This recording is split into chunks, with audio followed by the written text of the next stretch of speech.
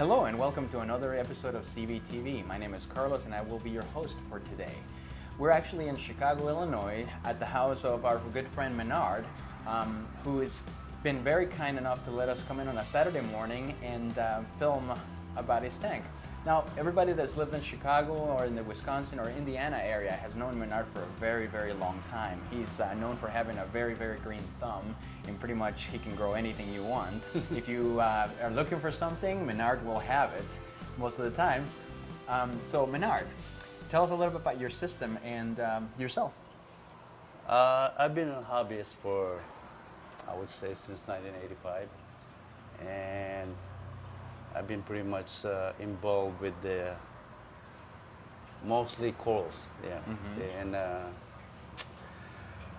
the tank now that you see here, it's 12 years old. 12 years old. Yeah. Wow. Starting soft corals, and then it migrate to mostly SPS dominated tank. Yeah. Wow.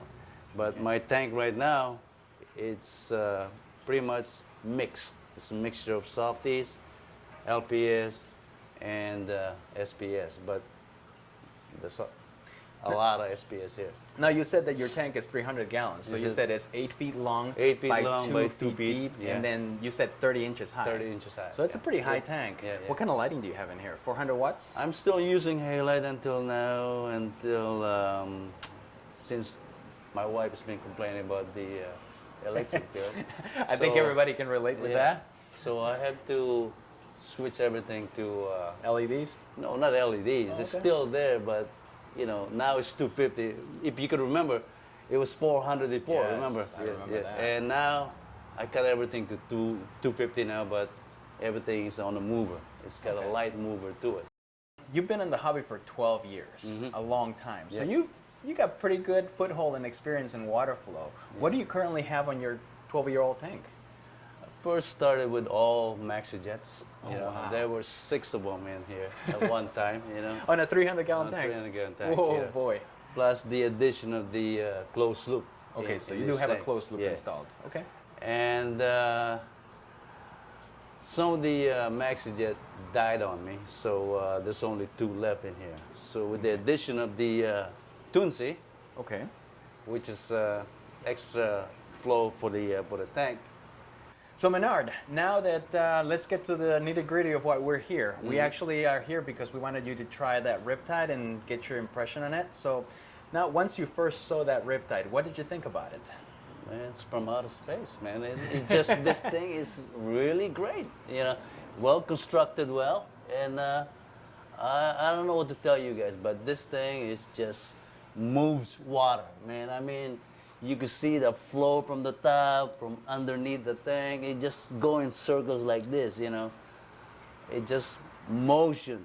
You could hardly see all the detritus on the bottom is just tumbling up and down, so all of that could ended up in the overflow. You are actually getting all that movement when your tank is actually 30 inches tall. Yeah. And if we look at the pump, you actually place that pump about 1 inch to 2 inches Below the water surface. the water surface. Yeah. So you're actually moving all that water down 30 inches, and then this movement, as you can see, is on its way back. Back, yeah. So it's on its way back to It's creating a suction out here. You know, Exactly. pushing the water forward, and then creates a tunnel, and then goes back in there. Now, you also mentioned about your bubble tip anemone, and you said that you actually have never seen it move that much. The bubble tip anemone, they move, but it's not really moving that much like that. I could see now that really, you know, and she's extending way bigger now than it was before. My alveopore right here, you would not see that movement right there, because even you're gonna see the tentacles extending way longer, you know, than before. But now the extension on the tentacles is shorter, but you could see the flow right there is just movement. It's just tremendous amount of force in there. Were you getting that movement before this Riptide installed? Not Not at at all. all. You also have SPS in this tank. Lots of it. Lots of SPS. Yeah. And I've noticed that you have a couple of very, very, very nice staghorns that are kind of bushy, lots of polyps. Yeah. What do you think about the Riptide? Do you see a lot of polyp extension? Are you seeing the polyps move around? The polyps moves around.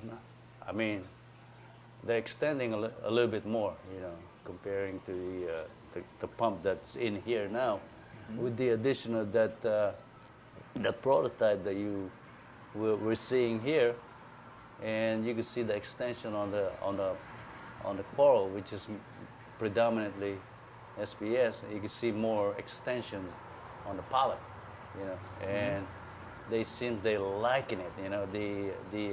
You can see the abrotinida in there, the thick staghorn. That one is just extending way more. You can see it. So Menard, now that you've actually had about 30 minutes to pretty much look at the pump and test it out and see how it works, what do you think about it?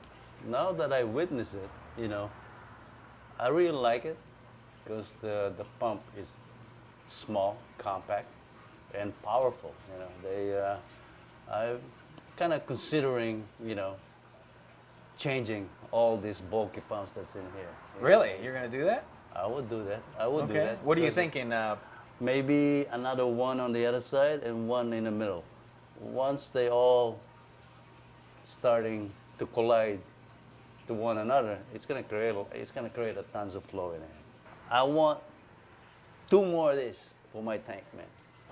Thank you, Menard. Thank you for letting us come into your home, letting our audience come into your home, and You're sharing welcome. your absolutely beautiful tank. It is just breathtaking. For those of you that have just new into the hobby, take a look at this. This is 12 years, a lot of knowledge, and it can be done. It is absolutely a beautiful tank. So I want you to leave your comments below in the area. Don't forget to subscribe to our YouTube channel, and we'll see you next week.